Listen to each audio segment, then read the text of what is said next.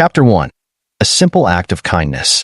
The interstellar trade station of Zaltha 9 was nothing special, just another way station floating in the dark, cold expanse of space, a place where humans, aliens, and rogue traders gathered to barter, negotiate, and occasionally scam one another. It was a place of transit, a temporary stop for weary travelers who needed fuel, supplies, or just a moment to breathe before venturing back into the depths of the cosmos. Ethan Voss had been through plenty of these stations, and while they all had their differences, some cleaner, some more chaotic, some barely holding together under the weight of their own structural failures, all carried the same underlying feeling of impermanence. Ethan wasn't looking for trouble. He never was.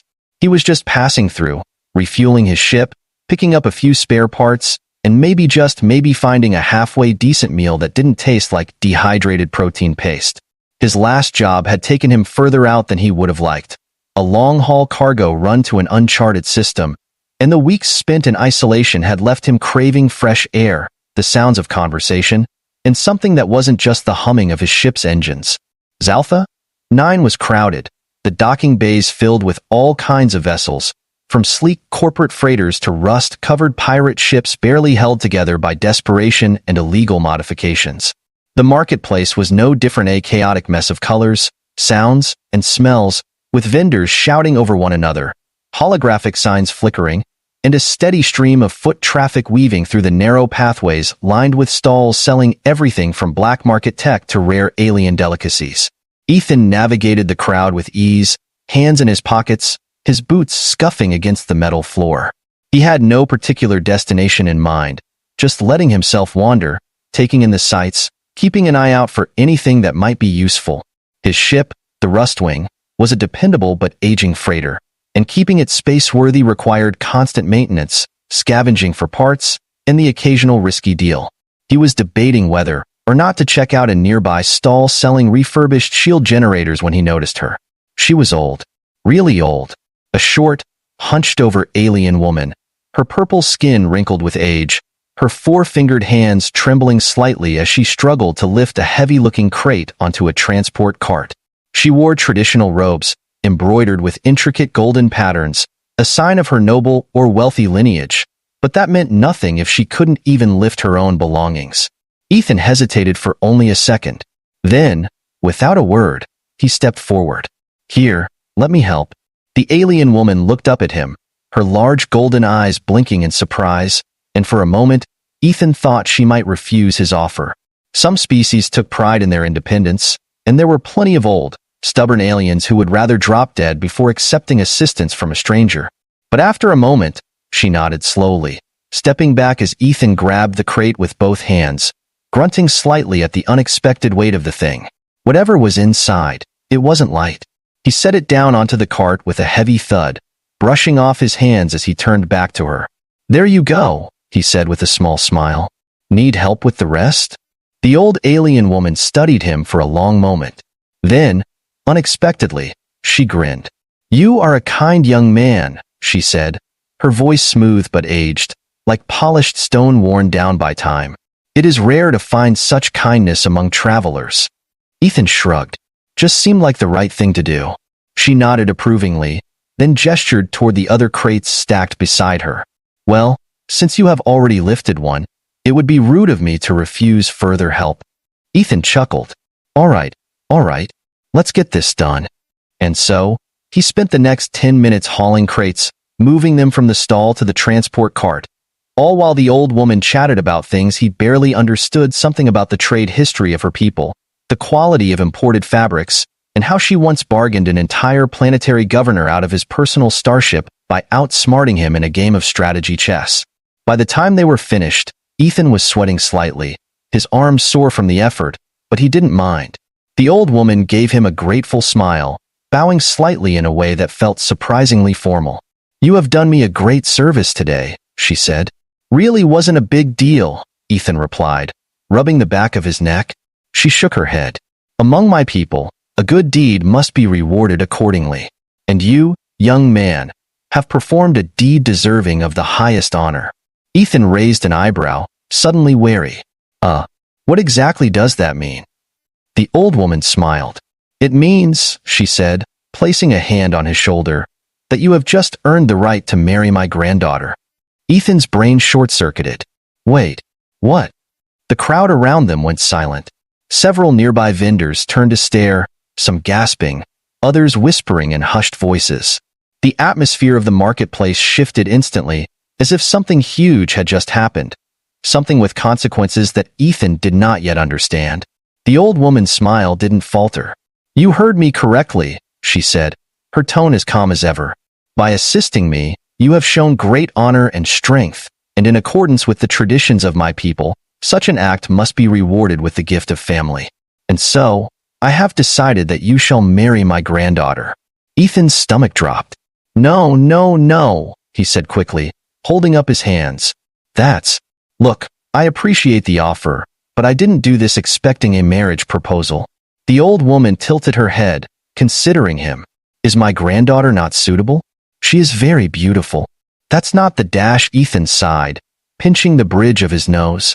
"Look, lady, I was just trying to help. I wasn't expecting whatever this is." Before she could respond, a new voice interrupted them. A younger, smoother voice. "Grandmother, what is happening here?" Ethan turned and saw her, and his heart nearly stopped. Standing at the edge of the marketplace was a young alien woman, her features delicate but strong, her golden eyes filled with sharp intelligence and just a hint of amusement. She wore a deep red and gold robe, the fabric shimmering as she moved, the markings on her skin glowing faintly under the neon lights of the station. Her hair, dark with streaks of silver, cascaded down her back in soft waves, and she carried herself with a regal presence that made Ethan immediately understand just how much trouble he was in. The old woman gestured toward him. "This kind young man has just earned the right to marry you," she said proudly. The young woman blinked. Then, after a long pause, she smiled. "Well," she said, stepping forward. Her gaze locked onto Ethan's with undeniable curiosity. This just became interesting. Ethan groaned internally.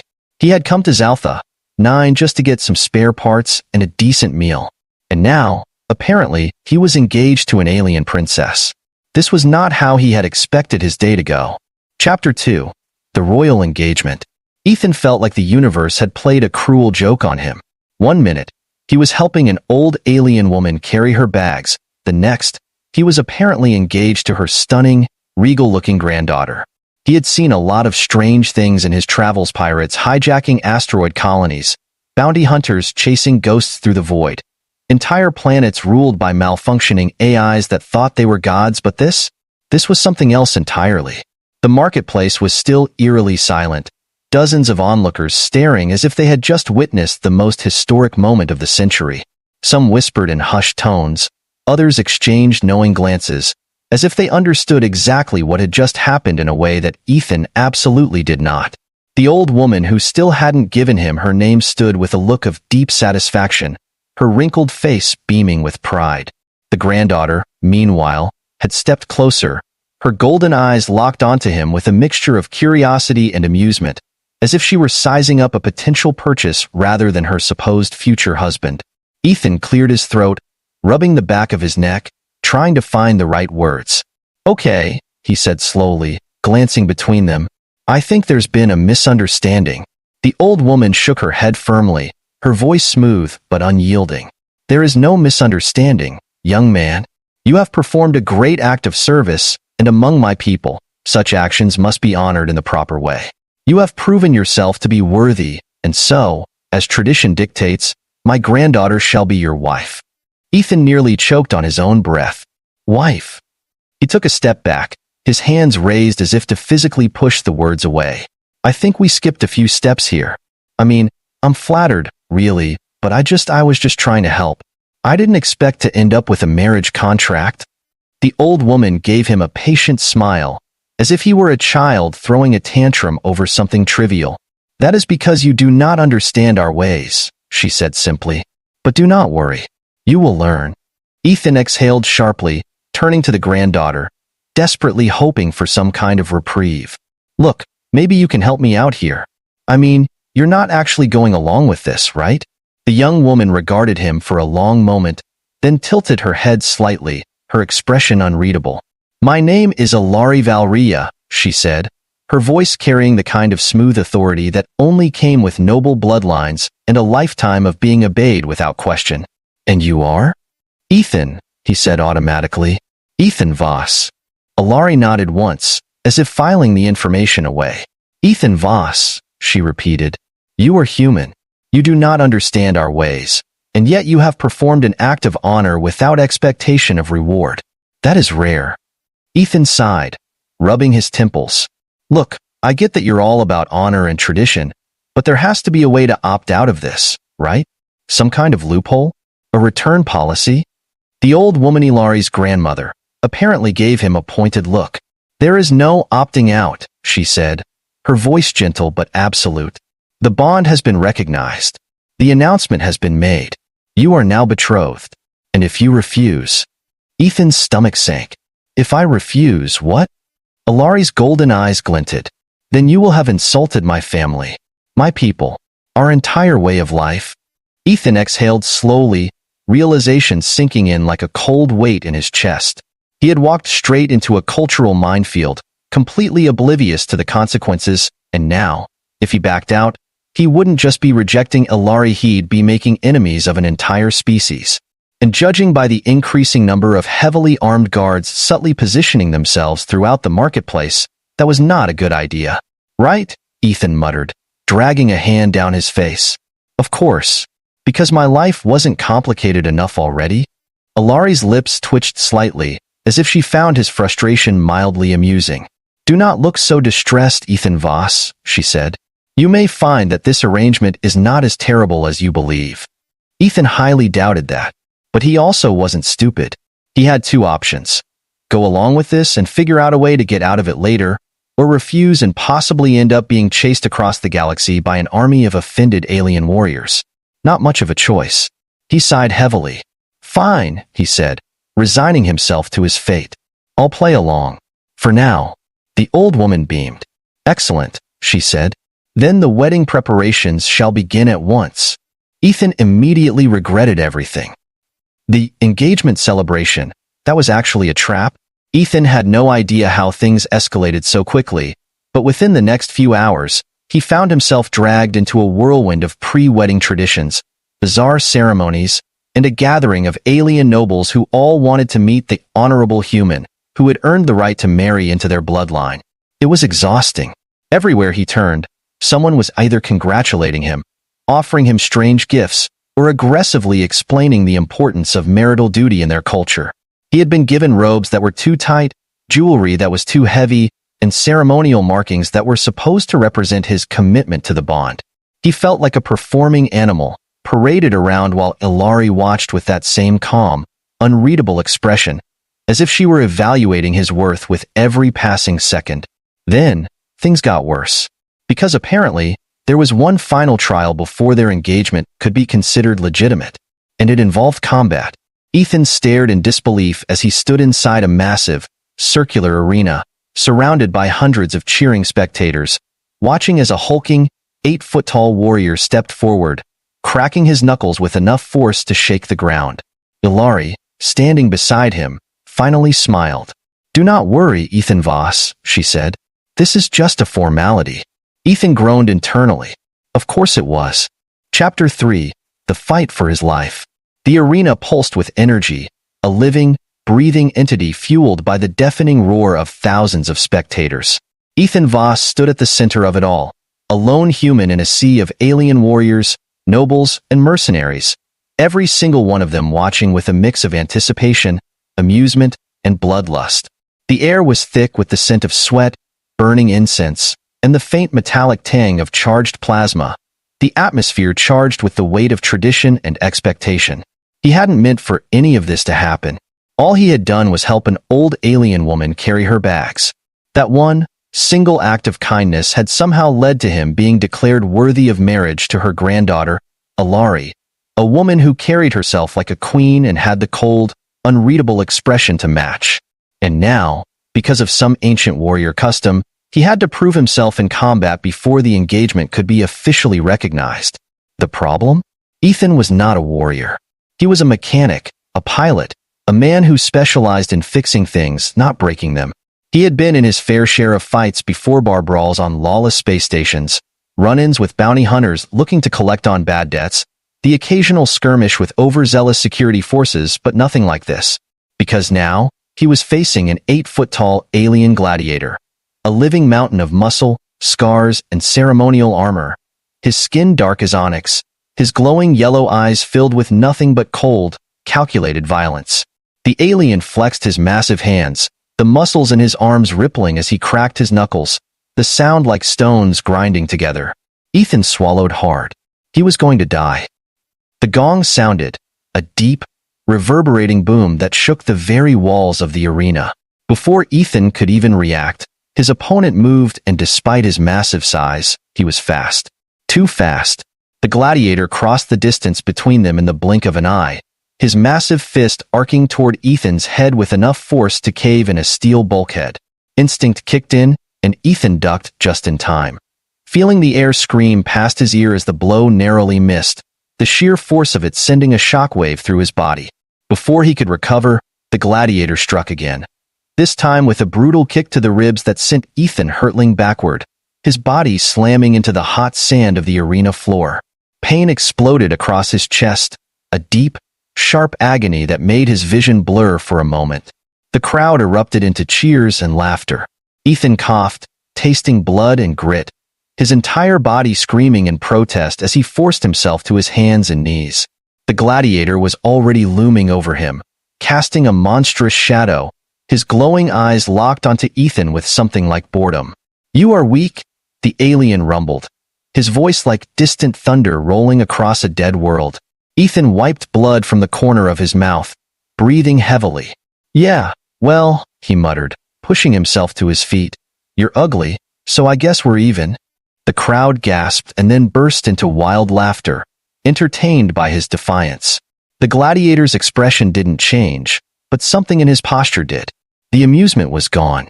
Now, he was angry.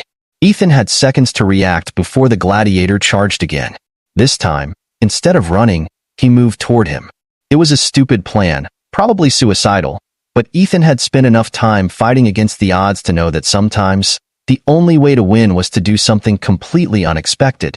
As the gladiator's massive fist came down like a hammer, Ethan twisted his body at the last second, dodging just enough to avoid a direct hit, but letting the force of the impact carry him into a controlled fall. He hit the ground, rolled, and before his opponent could react, grabbed a handful of sand and threw it straight into the warrior's face. The gladiator snarled, blinded for a moment, staggering back. Ethan didn't waste time.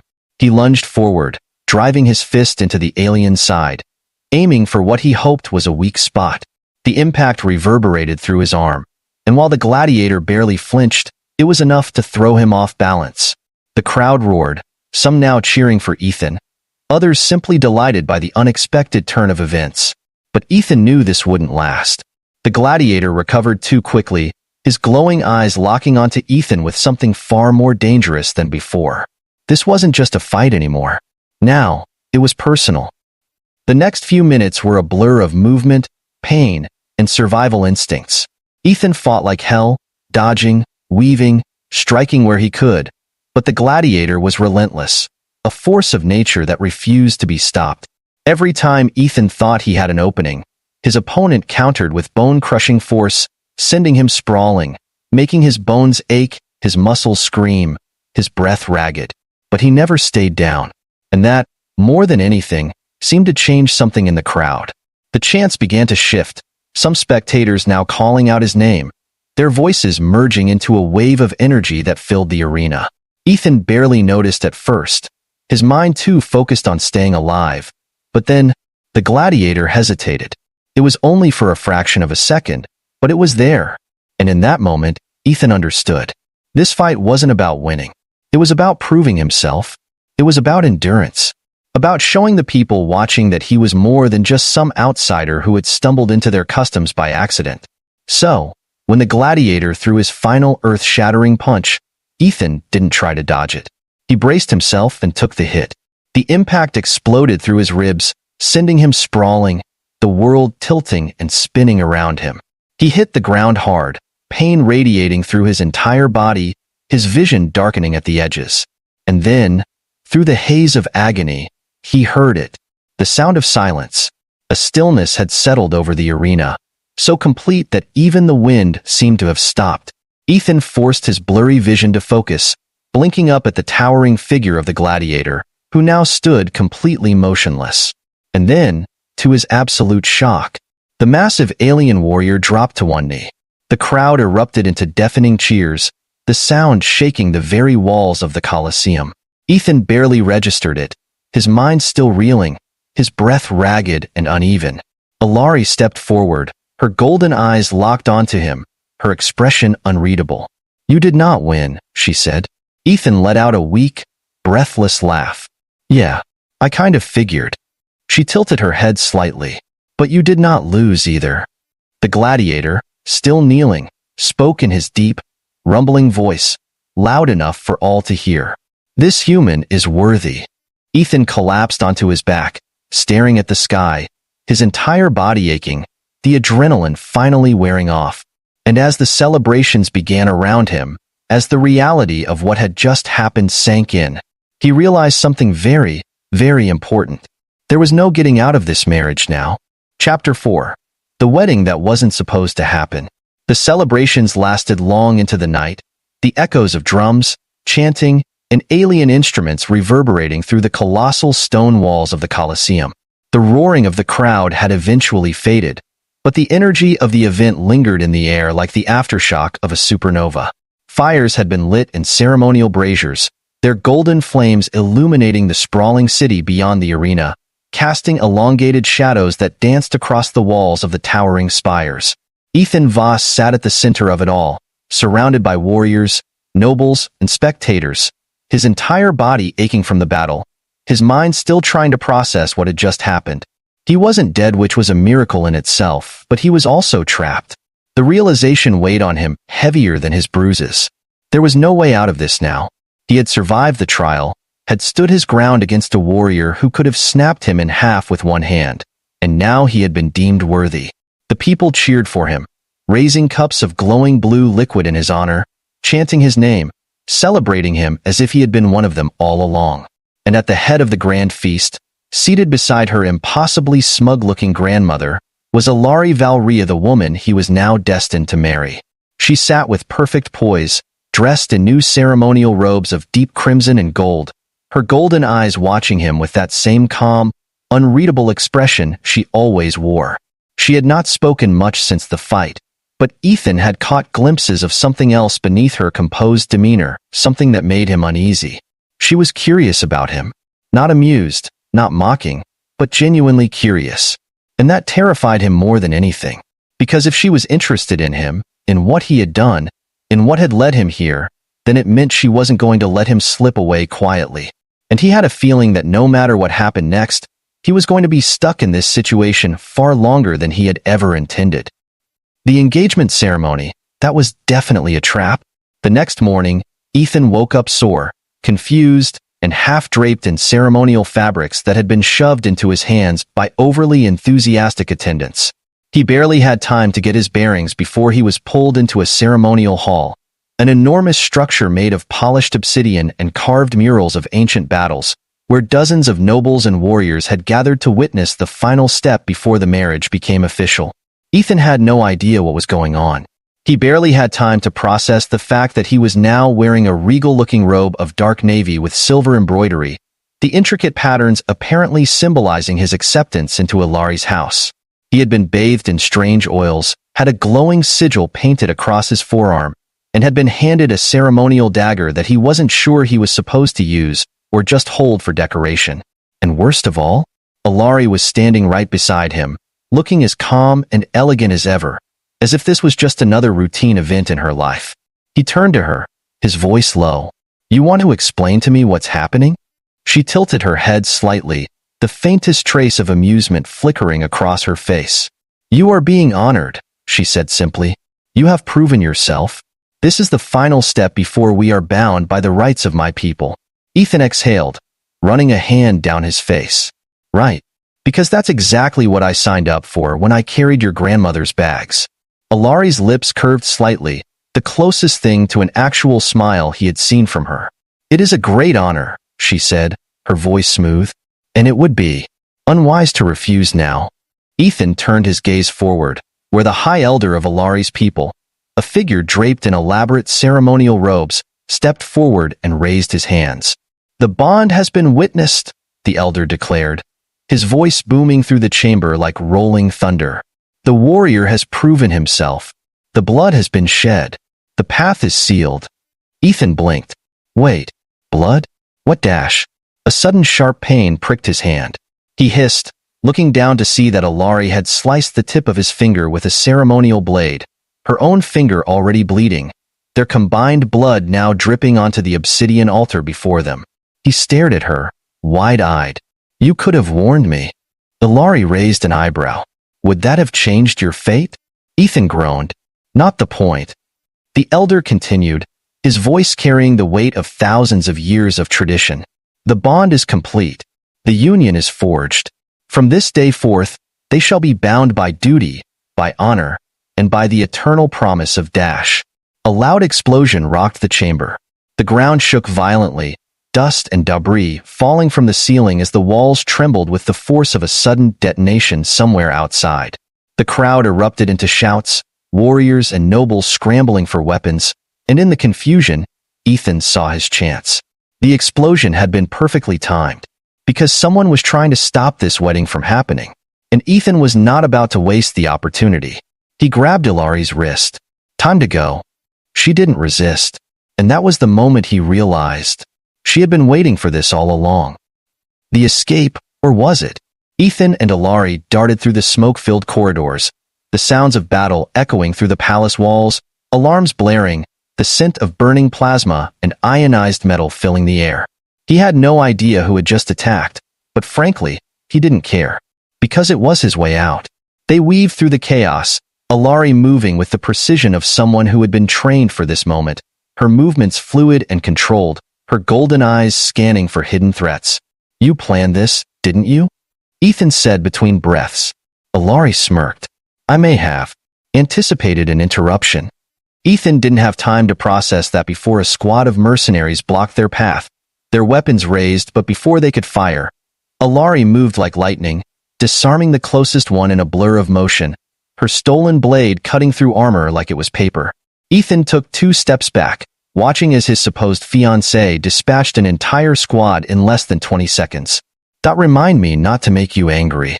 Ilari tossed the bloodied weapon aside. "We need to move." Ethan didn't argue. They reached the outer walls, where a stolen starship waited for them, engines humming, ready to launch. As Ethan climbed aboard, turning back to see Ilari standing at the ramp, he realized something very, very important. She wasn't coming with him. "You're serious?" he gaped. "You planned this whole escape just to let me get away?" Ilari smiled. "You have proven yourself, Ethan Voss," she said. "But I am not done proving myself yet." And then before he could argue, she pressed a button, and the ship launched, leaving Ethan gaping as she disappeared into the battle below. His fiancée, the woman he had never meant to marry, had just saved his life. And he had a terrible feeling this wasn't the last time their paths would cross.